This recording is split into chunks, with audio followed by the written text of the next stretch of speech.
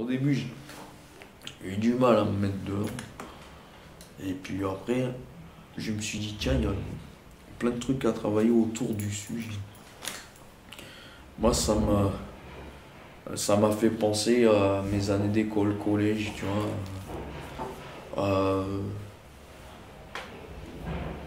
À mes, mes premières années de collège, rencontrer les premiers copains, tu vois.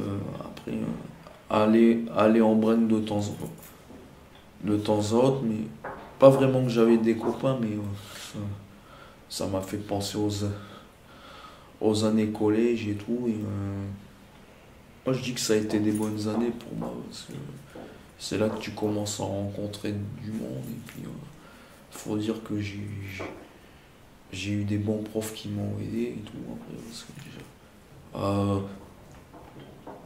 je rêve des fois de euh, je, je me suis évoqué plein de rêves en fait, parce que je m'étais dit quand j'avais 15 ans, depuis tout petit, je ferais bien un tour du monde en Jamaïque, un peu partout, parce que j'aime bien voyager, moi.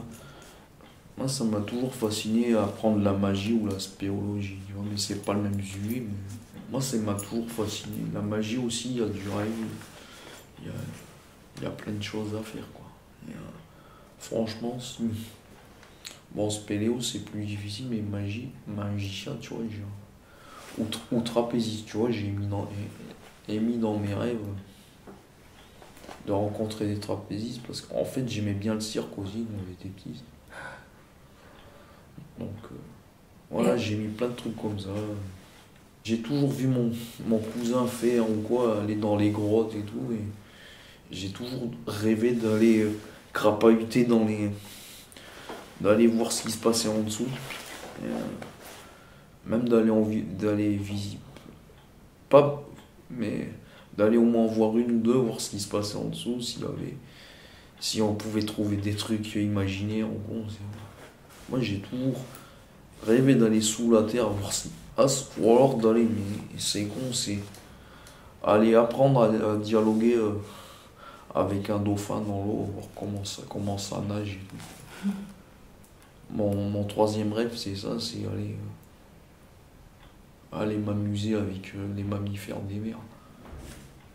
Des dauphins nager en vrai, ouais, ça a une grande amplitude et ça fait, avec pas grand chose, ça fait plein de numéros. Mais ça, ouais, j'en ai vu plein de spectacles. Mais je suis toujours fasciné par ça et on me dit, ce qui m'énerve, c'est on me dit, t'es toujours enfantin parce que t'es fasciné par tel truc déjà. Mais j'ai du mal à l'oublier, tu vois. Les rêves d'enfance, ça m'est toujours resté gravé, tu vois, et j'ai du mal à oublier. J'arrive pas à oublier. On me dit il faut un peu oublier. Mais moi j'arrive pas, j'ai toujours un petit. Moi je dis que c'est bien toujours un petit côté un peu enfantin. On me dit des fois tu relis Tintin, tu relis machin, mais c'est bien aussi. Tu- Mais j'ai eu plein de trucs comme ça et le sujet m'a vachement inspiré.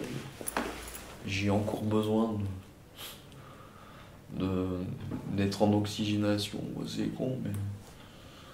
On me dit t'es encore petit dans la tête, mais petit dans la tête, des fois ça peut être sympa encore. Ben, j'aurais bien aimé être dans la peau des personnages ou même aller voir ma cousine en Guadeloupe parce qu'elle est en Guadeloupe et j'ai pas pu y aller. Tu vois, j'ai plein de rêves qui naissent comme ça, mais c'est vrai que mes rêves imaginatifs, je les avais oubliés, tu vois. Et maintenant, ben, depuis que vous êtes venus, ben, la semaine dernière, ben, il y a tout ça qui se remet en route. Bon, c'était pas l'âge où je faisais autant de conneries, mais après, à 15 ans, c'est vrai que t'es l'âge ado,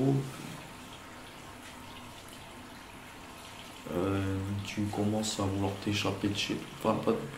Et mieux à vouloir quitter tes parents. Enfin, avoir un peu moins tes parents.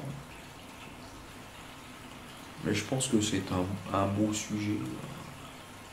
Ouais, c'est vraiment un âge où et moi, je rêve encore d'avoir 15 ans. Ouais.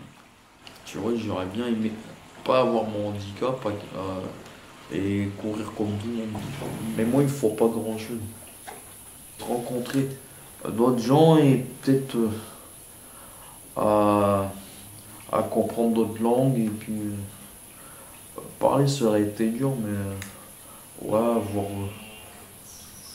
à voir comment ils vivaient dans les pays, tout ça aussi. J'aurais bien aimé faire ça, mais bon, peut-être un jour, hein.